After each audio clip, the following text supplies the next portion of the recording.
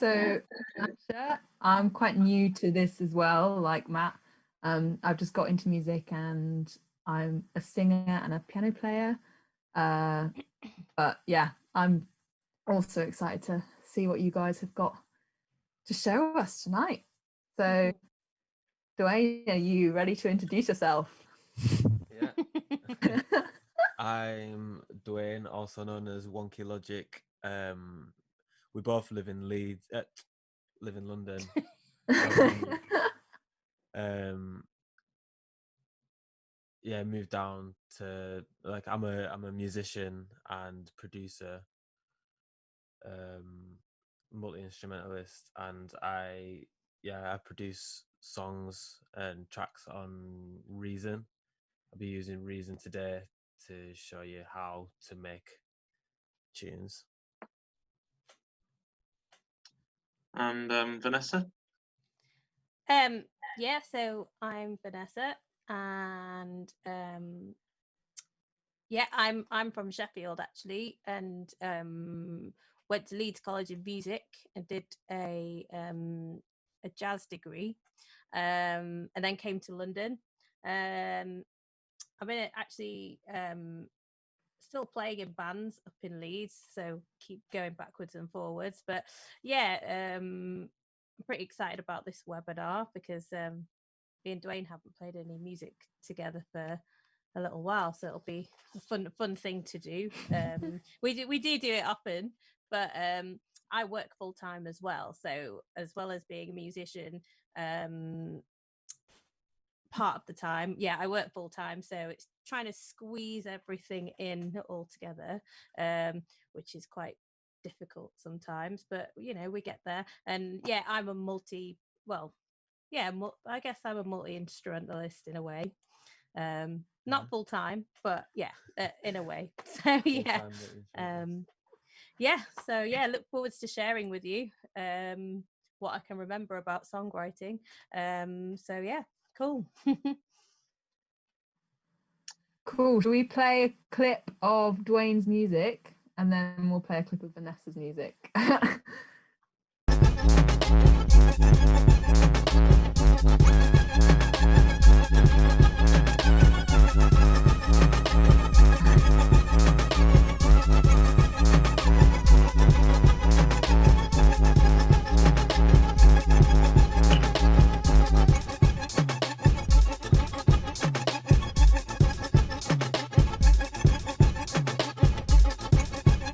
And Vanessa, can you introduce yourself before you play yours?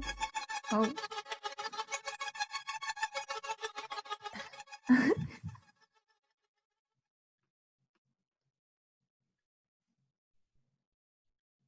Now. Oh, introduce myself now? Yeah.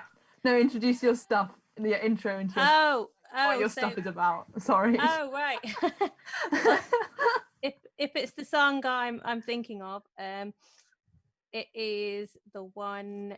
So it's actually quite a sad song, actually, and it's based around the sort of issue of asylum and just people not having their place, and you know, not really having a place where they call home, I guess. So that's the basis of the song. But in this recording, Dwayne's producing and I'm sort of playing most of the instruments actually. So yeah,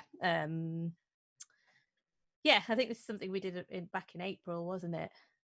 Yeah. So yeah, hope you enjoy it anyway. Lost in a no man's land, identity is none. Stuck on the nowhere's end, voices full on empty.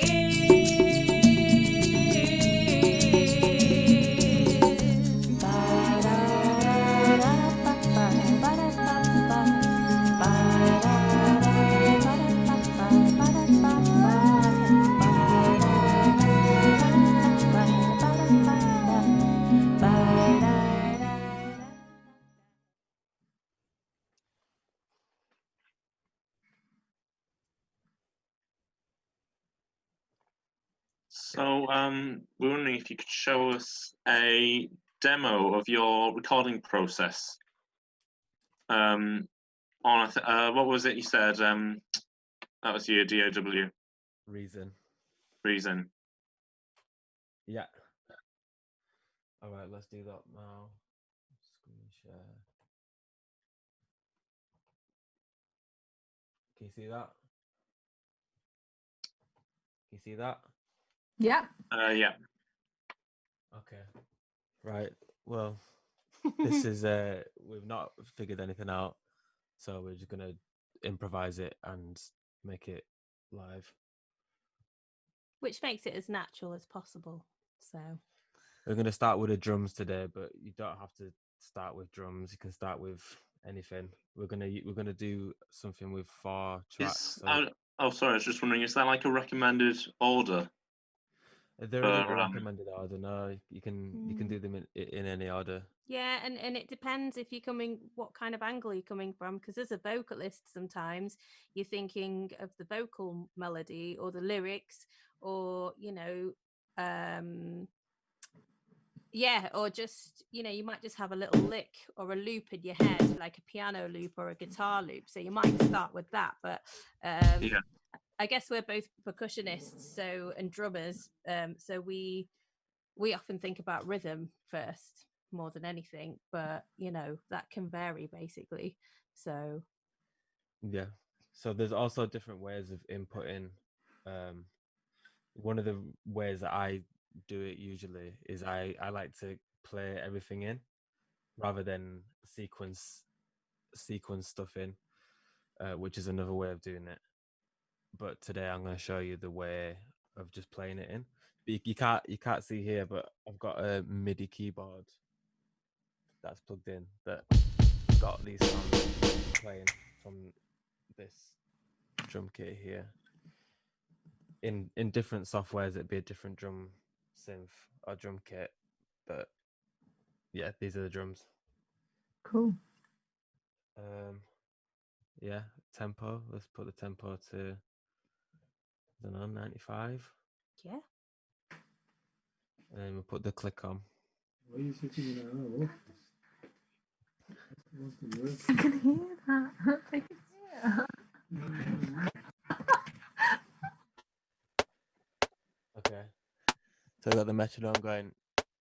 They just play a beat. Oh, I'm not. Here we go.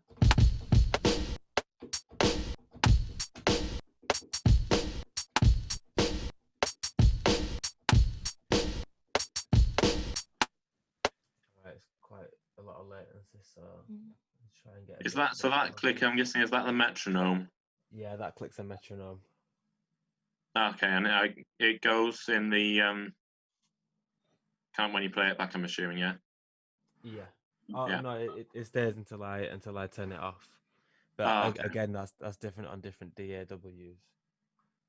But yeah, the click is to measure how long the beats are.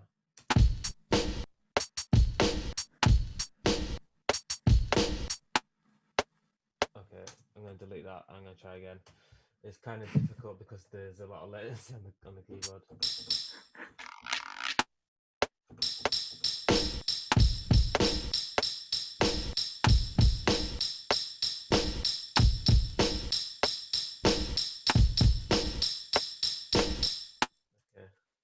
let's try some of that. There'll be something in here to chop up, I think. Yeah, you did a good job. There we go. That 2-bar loop. Yeah, I'm just gonna cut that out and delete everything else because I know that this 2-bar loop works. And then I'm gonna duplicate it, which you can do by copying and pasting. Like, and duplicate. You usually have that on different DAWs.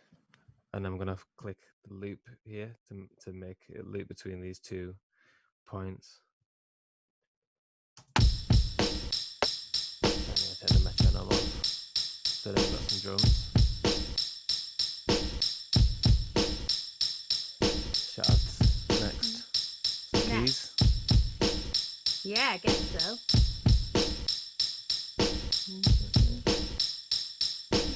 Okay, I'm creating instrument parts. Again, this is different on different DAWs, but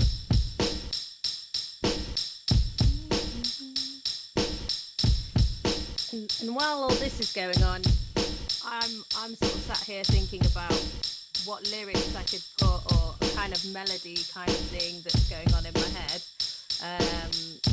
Not sure what Dwayne's gonna play, but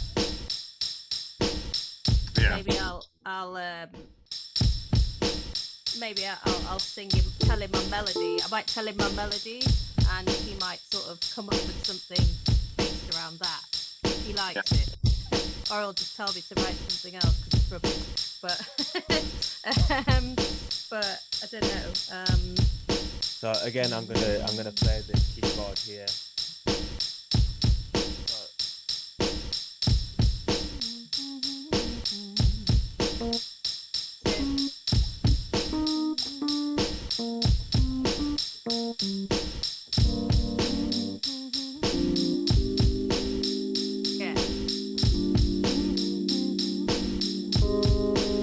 I've come up with a vocal melody on the spot, and he's just come up with the chords to fit with that, which sound really nice.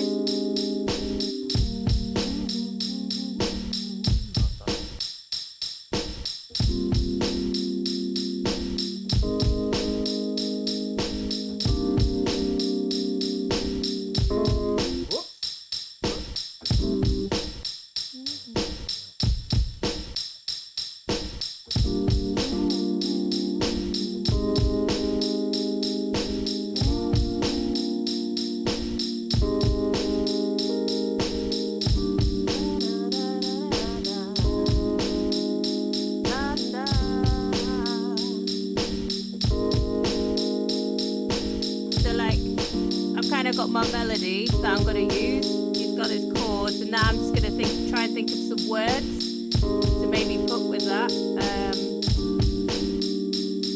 in the meantime, Dwayne might be putting down a bass line after this. So, yeah. I mean, this is all very spontaneous. Like, we would usually take a lot longer time, but we're just trying to like fit something in 15 minutes. Yeah, no, sounds good so far. Yeah.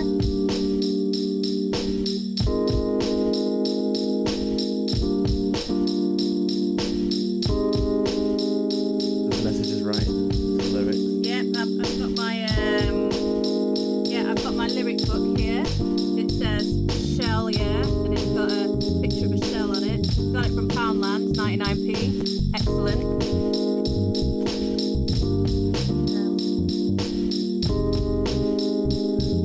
I'm playing the keyboard again to write a bass line.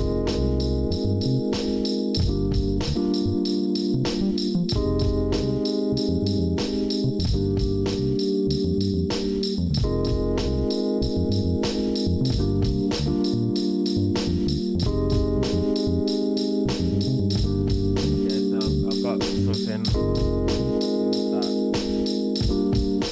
recording, so I can get it down.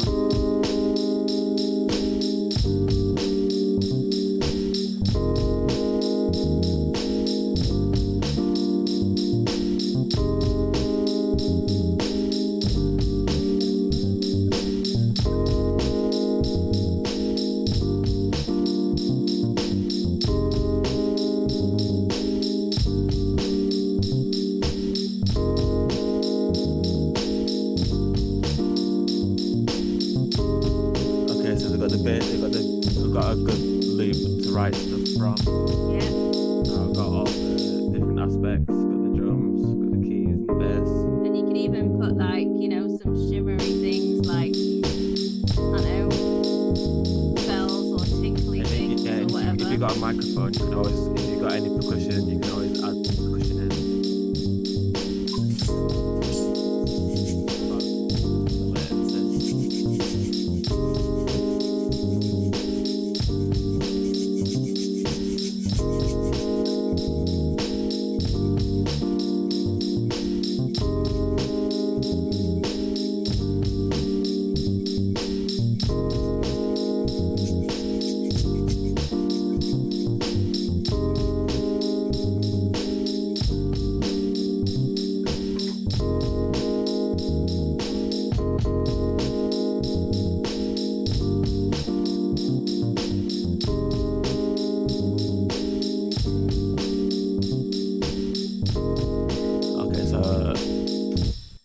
there's going to be a problem with recording the shakers.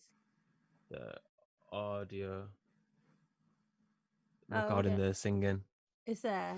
Yeah, because of how I'm coming through on the thing. I've changed it so it's a computer audio, but I can't use a microphone. I can only monitor through it. Oh no. But you could always just sing, and we can just pretend that it's Yeah, recorded. you could just pretend it's being recorded. That's good enough for us, I think.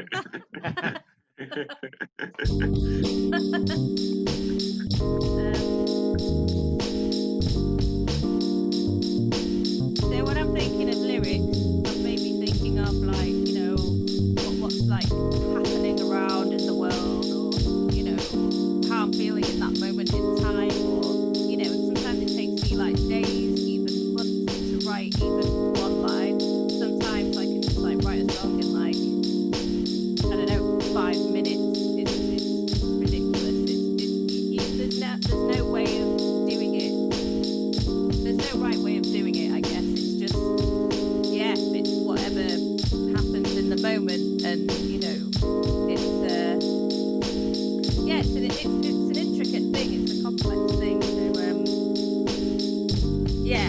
I've just thought of like, we've just been watching the news basically, so we've been thinking about lockdown. So we've just been talking about lockdown, so that's been in my head. So I'll see what I've got. Okay. Way down low with the lockdown, holding on.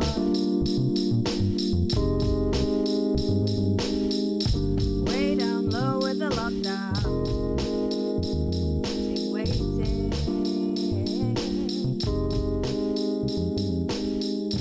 Way down low with the lockdown, holding on.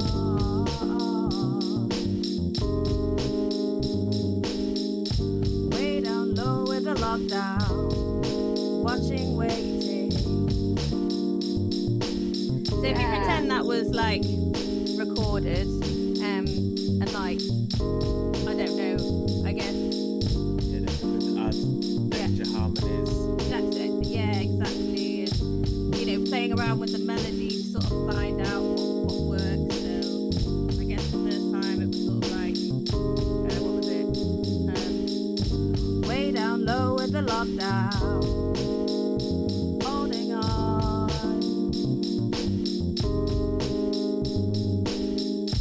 Way down low with the lockdown, watching, waiting. I mean, that was different, wasn't it, to what I did before, but that's what I mean. Like, you just like sort of play around with it till you find something you like, or And always record what you're doing, just in case you play the right thing and you think, oh no, I need to go back and record that again. Yeah. You've already got it. Record absolutely everything you do. Always record whenever you're playing around. Always record it. Yeah.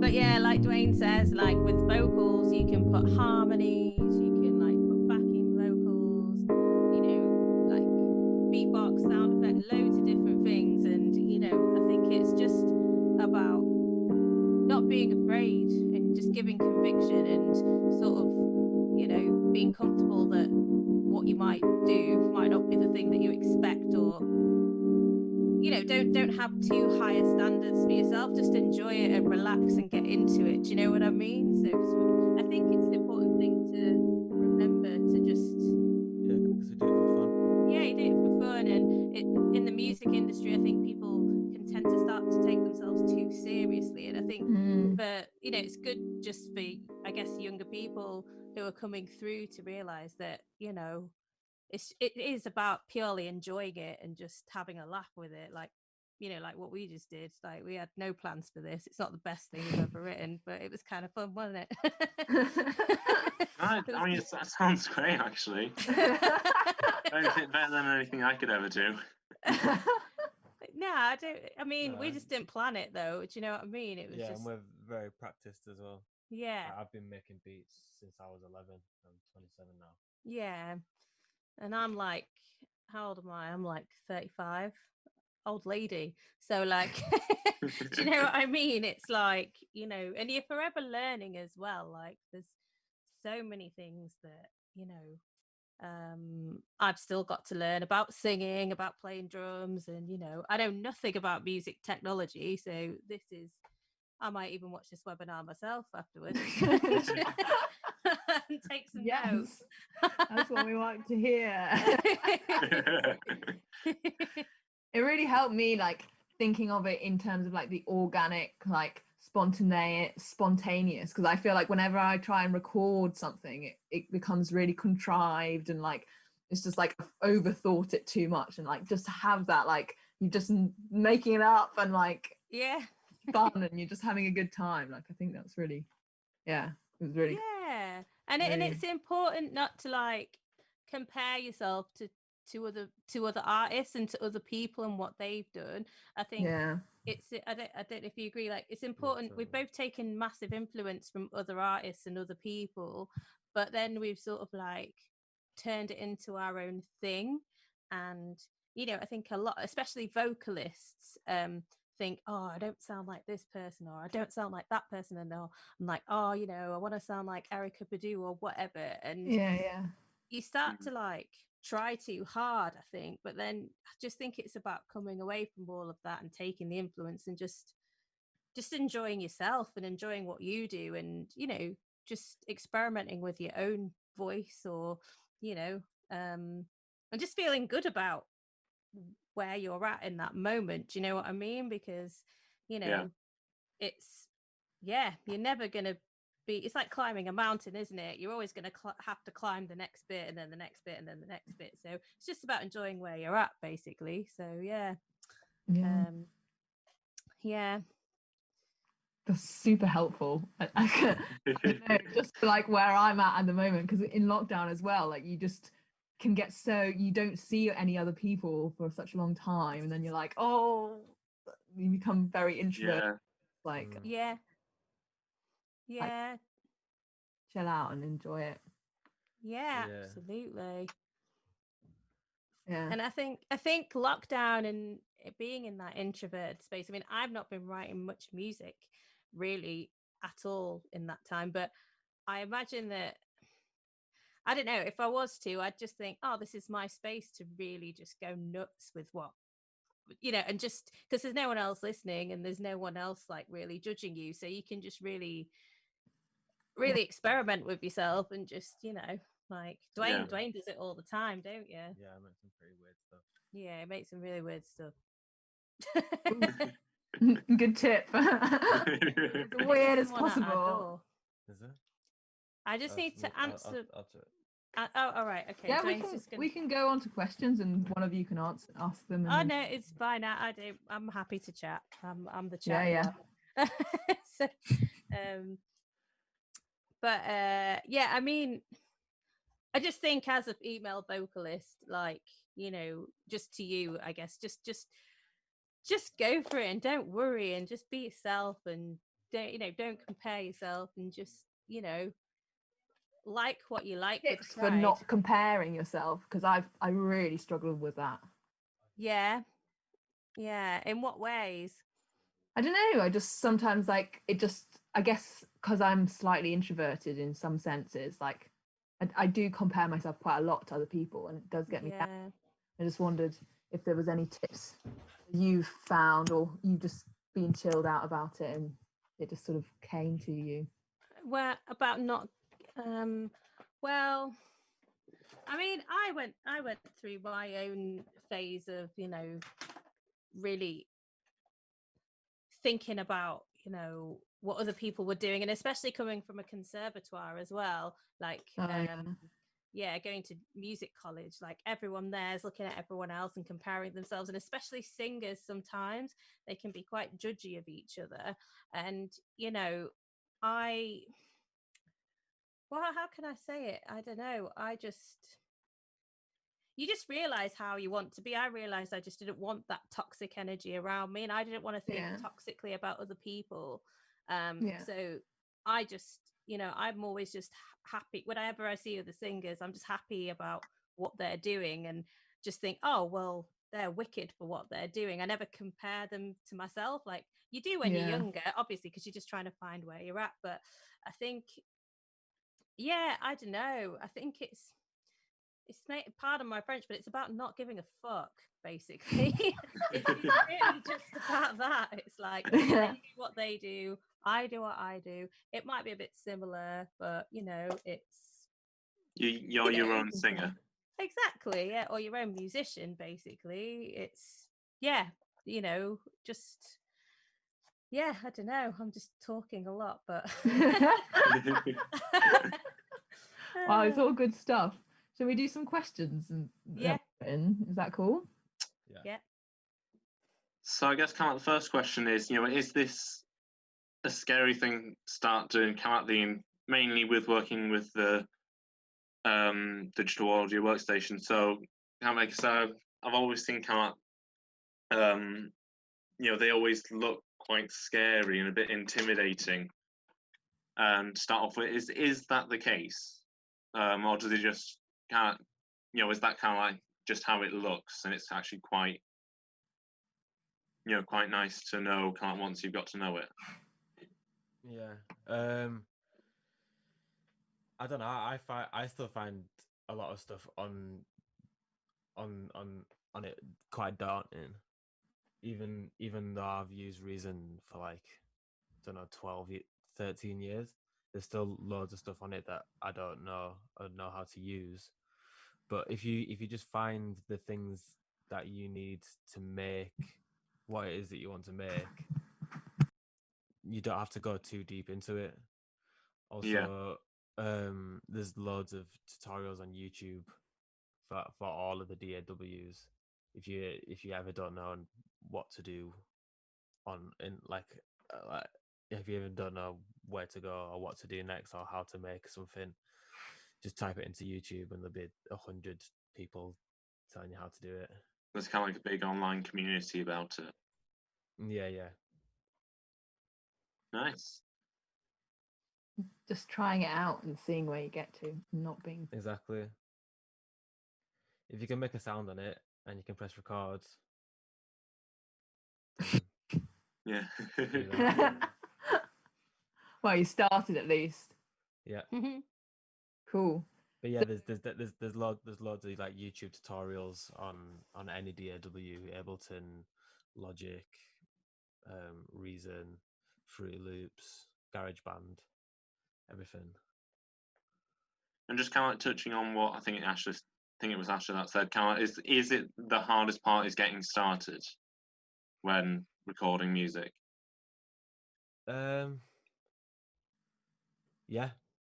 If you start doing it, then you realize, oh, I can actually do this. It's actually quite simple. And then if you got stuff like GarageBand, it's even more simple. It's like you want a bass sound, you press the bass, you press the bass one.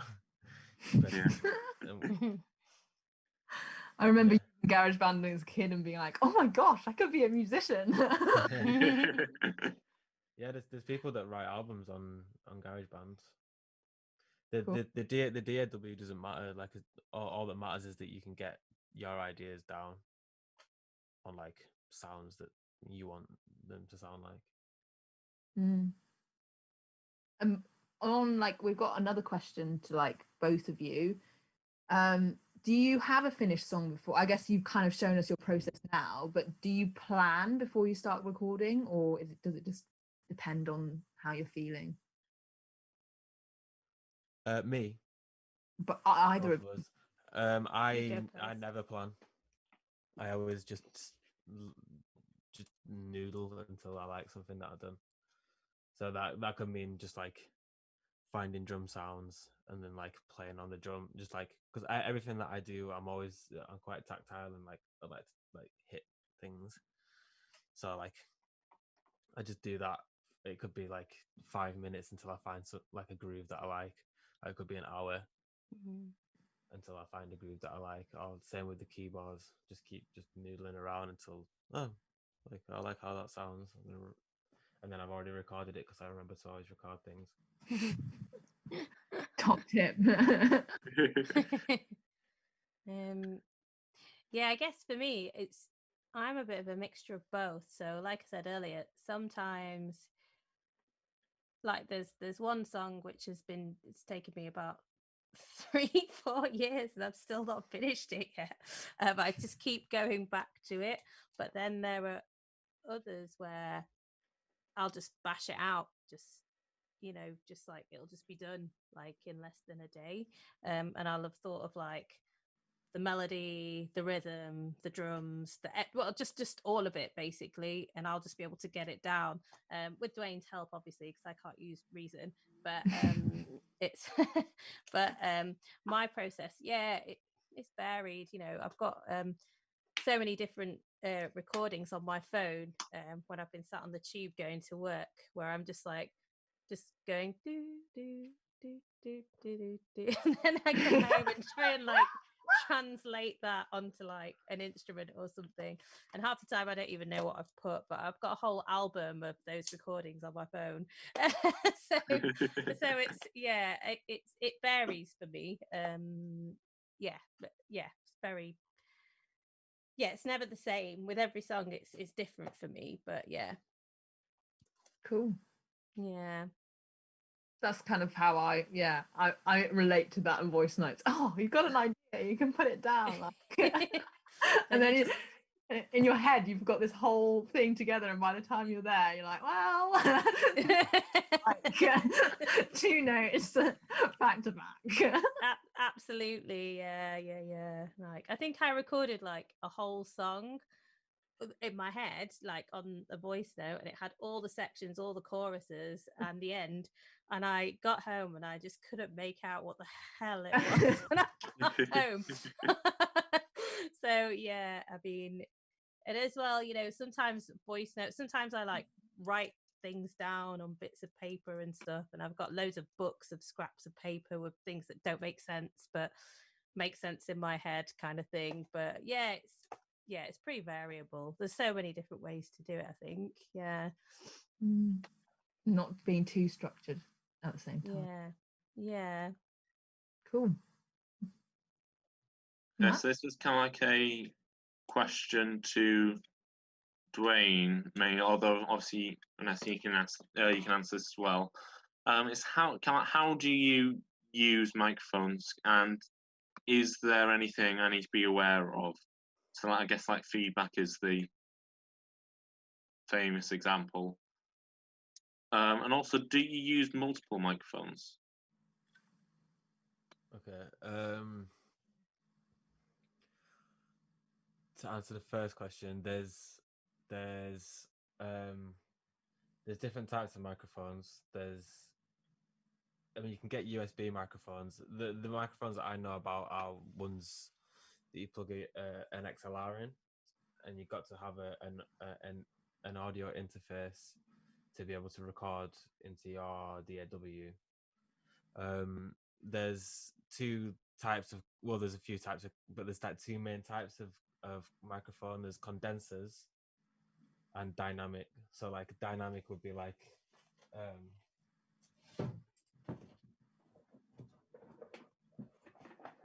your typical SM58, like a vocal mic they use for like live.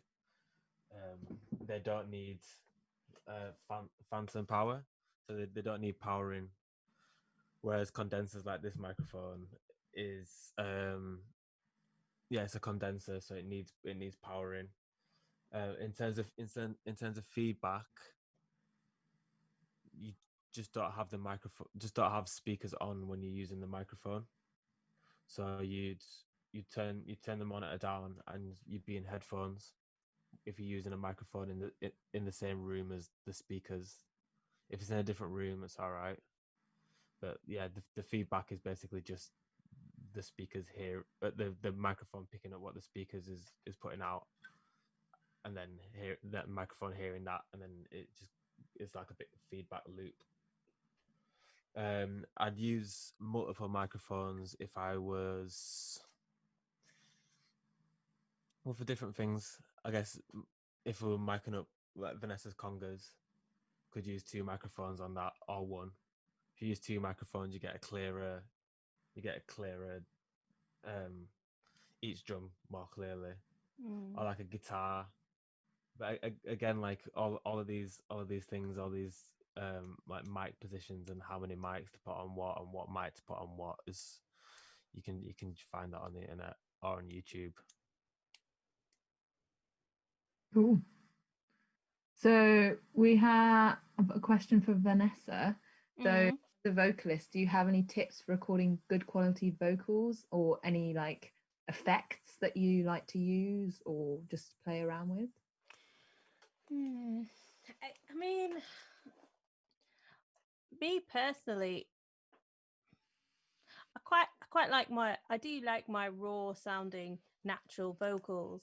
It's always nice to put a little bit of reverb on just to take the edge off sometimes, but I don't know. I don't really think about it too much, to be honest. I'm not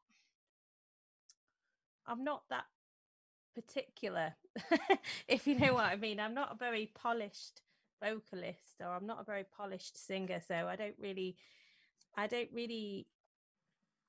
think about things sounding perfect, or I don't even like things to sound too perfect. I quite like bits of room sounds, or like if you listen to some really old like jazz recordings or whatever, like guitar jazz recordings, you can hear like the sliding of the fretboard, like things like that. I quite like little nuanced things like that.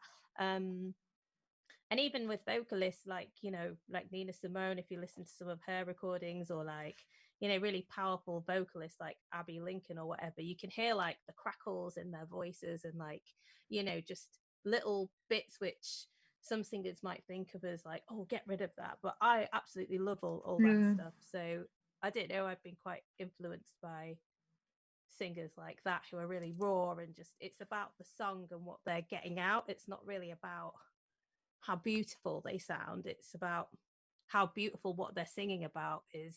Do you know what I mean? So that's how I approach it. I don't know if that answers your question. I'm just how they're kind of expressing it, like themselves. And so I don't really have many recording techniques as such. Like I'm just not precious in that way, I don't think. But I don't know. That's just how I am. I know other singers are quite, it depends what style you're doing as well. There are some singers that do like that clean, polished thing, but it very much depends on what your style is and what you're doing and all of that. But that's just who I am anyway. Cool. That example of Nina Simone is such a good question to ask. To say. Do we want to ask our last question and then go to questions from the floor, Matt? So there's another question to both of you. Is there an easy version of recording on the DAW, but with cheaper equipment and more inexpensive hardware? Yeah. Short answer. Yeah, you can get USB mics, and you can get like trial software that doesn't cost anything, or there'll be other software that you free trials, or cheap software. You can get sound cards, like audio interfaces, for under £20, £30, like that are decent enough to be able to put a mic through them. Definitely. Do you have to put an audio interface into like a guitar, like when you're recording a guitar or a piano? Yeah. So the audio interface is like the thing in between your computer and any sound. So like usually they have a line in, so you could put a guitar in, or anything that uses a jack, like a keyboard or whatever. If it's got a mini jack, you can just plug it in. You could plug your phone in and record your phone if you wanted to. Cool. Put microphones in with it. I was just wondering, kind of in regards to that, what about if you want to do stuff like drums? Because I don't have a drum kit, so Yeah. Can I use stuff like my laptop keyboard, for example, or would I need to get a cheap keyboard? Yeah, as in like a cheap piano keyboard kind of thing. No, you could definitely use your laptop keyboard if it's got like a lot of software uses. You could use the QWERTY keyboard to press Yeah. certain like MIDI trigger notes, or you could just get you can get MIDI keyboards quite cheap. If you find one on eBay or something, you probably pick one up for like a tenner. Cool. Shall we go to questions from the floor then? Yeah. So we've just got a question about the demo you did at the start. If you were playing congas on top of that, what sort of beats would you do? I don't know. I can't remember how the demo went now. I think there was congas on the demo. On my on demo or Vanessa's the demo we there was- just did. Oh, So the What you demo just we've did. done. Oh, the one we just done. I mean, off the top of my head, trying to think back, I don't really know, but I'll definitely find something. Can anyone remember how it went? play it. Play it. Hold on, we'll just play it back.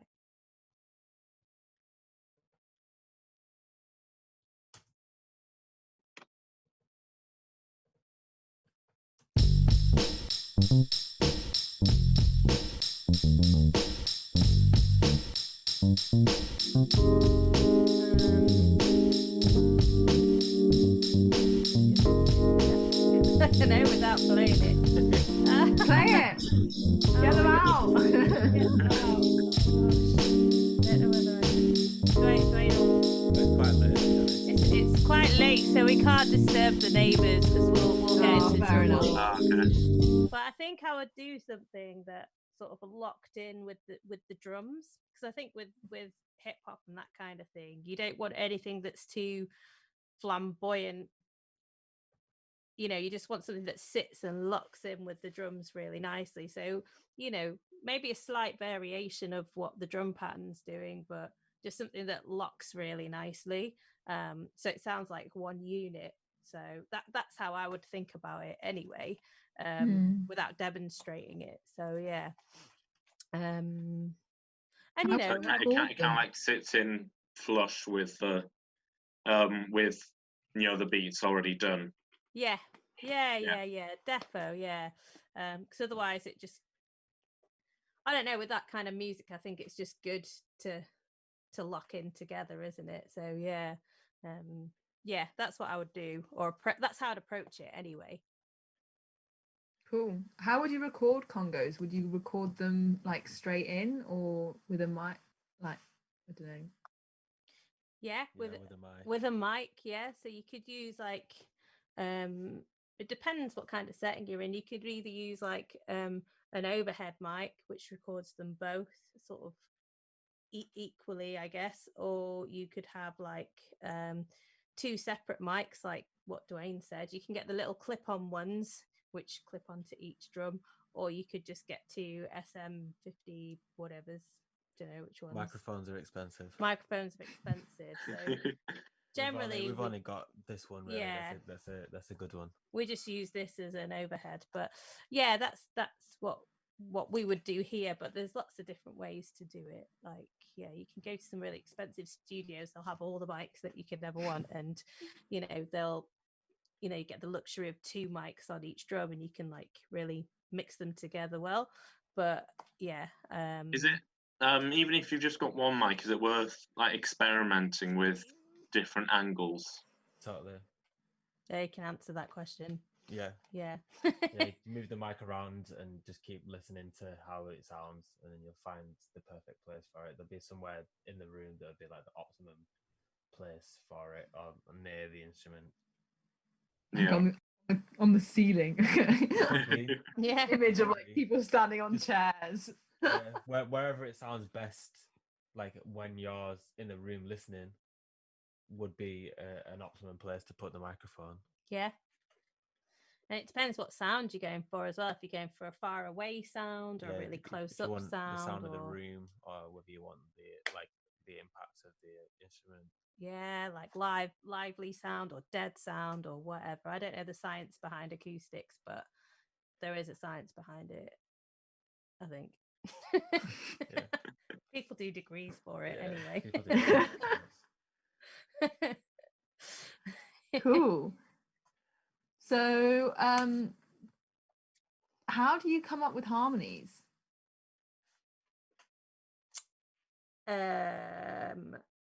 Well, I think, how do I come up with harmonies? I guess it's just having listened to a lot of music and a lot of different styles. Like, you can hear how different people approach harmonies, but I don't know, I just sit and like play around with different ideas and different things, really, and just sort of see what works. Do you know what I mean? So you can do things in thirds, which is like obvious harmonies, but sometimes Like- it's no, that's not third. It's my earphones in, I can't really hear you very well. Now you put me on the spot now. You sing I'll that. sing. No. You just did yeah. what I did. But that was a harmony. That was maybe a harmony we naturally felt together in this moment. Do you know what I mean? Yeah. Yeah. It's just no, it's just about playing around and just, trying different things and just like, singing counter melodies as well. So, What's a counter melody? like what is a counter melody? Just like another melody over the top, which is that fits, that's not in harmony necessarily, but it fits as like almost like a harmony, like a two-part thing, and it just locks together really well. So yeah, we can't really do an example of that, can we? After our last demonstration. Give it a go. Oh no, probably not. I don't know. Yeah, let's not do it. What's the weirdest thing you've used on a track to make sound?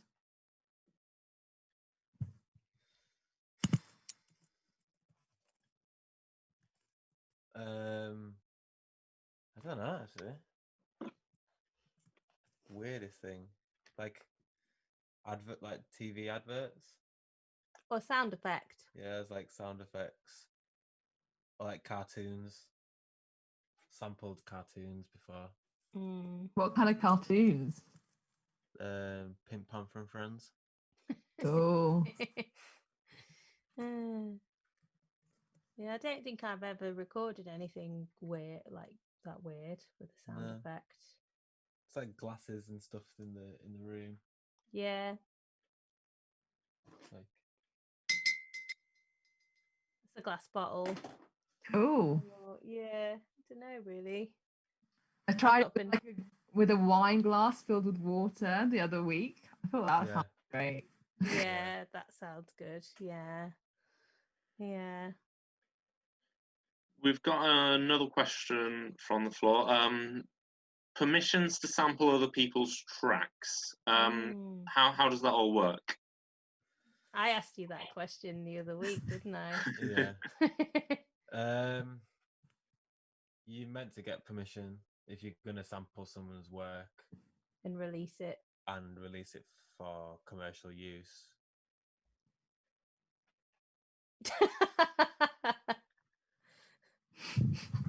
But if you don't get permission, what can happen? You could get sued. Okay. Yeah. So don't do that then. So don't do that. Don't do that. Well, you can do that, just don't release it for commercial use. Or so don't sell it. Or obscure the sample so much that you can't recognize it. Then no one knows. Oh, really? Oh yeah. Oh, Oh, I thought that was like you shouldn't do that because that'll get you sued as well. It's like, oh, yeah, that it sound could right. get you. It could get you If sued. someone claimed that, oh, that symbol that's actually from this track that I wrote however long ago, like, do you know what I mean? But if you've obscured it so much that it's not obvious, It's then practically unrecognizable. yeah. So if you're gonna sample someone's work and not tell them, just make sure it doesn't sound like the initial sample. Well, I guess if you're like just starting out and you're putting some stuff on SoundCloud and it's just like Sample like- everything. SoundCloud has like algorithms that sort of like finds if you sampled someone. Although Oh, really? I've never been found out. I've released stuff and not cleared samples yeah. before. Yeah. And if you're not doing stuff on like a massive scale, no one will find out really. Yeah. Yeah, exactly. But you just got to be Just careful. got to be careful as well. And like, respectful. don't obviously like rip someone off because it's not respectful, and it's just Just can't email them, ask for permission. That kind of thing, yeah. Yeah, and I guess especially if it's a vocalist as well, and you're using a vocal hook that's easily recognizable. Yeah, just write your own hook. Just write your own hook. Cool. So, how do you keep it all in time? It depends if you want it in time. Yeah. But an easy thing to use would be a metronome, which comes with every DAW. Every DAW's got a metronome, and you set the tempo that you want it to be at, usually at the beginning of the tune, but you could always change it once you started. And the metronome will basically be like and tell you where the beat is. Yeah. Or if you're like, I don't know, I guess as well sometimes, because we sometimes don't use a metronome to like record together, but I guess when you've got a good solid working musical relationship with someone where you're intuitive with one another, like you're just naturally in time with one another. But I guess that comes from like playing together a lot and jamming a lot and just knowing each other's playing. And like even if you're going to do like a rhythm, then do a bit of improv. It's knowing where that person's going to go with their improv, and like it's like a language, isn't it? And understanding like what people are saying with their music. But yeah, that's a way to approach it without a metronome. It's just playing together a lot and just learning how to fit in time together and practicing before you record as well. That's a way to do it. But if you don't want to practice before you record and you just want to slam it down, then a metronome's really, really good for that. So to keep you in time. Yeah, I wrote that an album that I just released, pretty much none of the tracks were made with a metronome. Yeah, they were just to their own pulse, and it gives it more organic feeling in a way. I feel like it does. Yeah. I want to use metronomes less. I don't really use them anyway. I use them to start a loop and just to make it easy to slice things up. Yeah, to slice things up and to like copy and paste things in like a DAW like format. Yeah. But yeah. The metronome is very like get, and it makes things quite stiff. Yeah. So as soon as you got your thing down, get rid of the metronome, I think. Yeah. Unless you want that polished, sharp sort of sound as well, but yeah. Yeah, like there's a lot of Personal EDM, preference. like electronic music that needs that kind of vibe, that isn't needs it? that sort of pulse. But, yeah. How would you go about recording unconventional sounds or instruments? It depends what they were. Yeah, it depends what they were. Like, what kind of thing do you mean? if they were like if there were something that made an acoustic noise, then find a good place for a tin can, bouncy ball. If you wanted to record stuff outside, you might, I don't know, use Usually a microphone. If the thing makes sound out loud, microphone. Yeah. Bird song. Yeah. Yeah, microphone.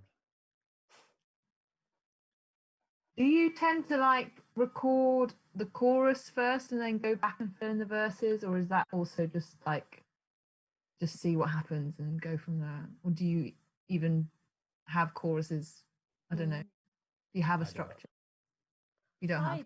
Yeah. Well, you don't, but I think how I like to do it, when I say if I've got a whole song planned out in my head, I like to get a rough structure of the whole thing down. So it could be just putting basic drums, basic chords, basic vocal, just from beginning to end, just have it all rough, and then just build each section, but having that whole framework down. Do you know what I mean? So that's how I like to do it, but that's only if I've got a whole song in my head. If I don't, then I guess just section by section, but I still use the same concept of just, very basic, then sort of layering it up. But ideally I like to have a whole structure down and then build the whole structure as I'm going along, basically. But how do you make the chorus like stand out, or do you just sort of like make it go in that sort of wave? I mean, I don't. It's just, I think with choruses, it's about getting a good hook. You know what I mean? It's about getting a really good hook that is going to stick in people's heads, and that takes a long time, basically. But I don't really know how to answer that, because even that was good. Yeah, I mean, yeah, because everyone likes sort of like with songs, like everyone quite likes that repetitive sort of like hook line, don't they? You listen to loads of pop songs, you listen to loads of different songs, and there's always that repetitive hook line. Do you know what I mean? So I think that really makes a good chorus. And to make melody. Strong melody, and as well, people always say strong melody. I just don't know what a strong melody is. Just something that's catchy, and also something that has conviction to it. Do you know what I mean? So it doesn't even need to be catchy. If it has conviction, then it will be catchy. Do you know what I mean? So it's what meaning you put behind it, I think. I mean, not all pop music is like that. I mean, as you all know, some pop music is just, I don't know how to say, but just one note, not very much thought into it. But if you really want to write a good song, I think, a bit of thought needs to go into it, definitely. And just pure conviction and meaning with what you're trying to say and what you're trying to get out there and what you're trying to express, really. So, and that shows through in recordings, definitely. You know what I mean? Cool. If you, yeah. Cool. So that seems like a great place to end it. Like for me, I think that's been really like amazing to see your process and hear all the ways you guys have like have such different processes, but at the same time have similar like values that you've got. I just think it's really so thank you. I've been I've been asked to promote the next Wednesday's webinar in 2 weeks' time, which is about alternative careers in music. So if you enjoyed this webinar, tune into the next one. Cool.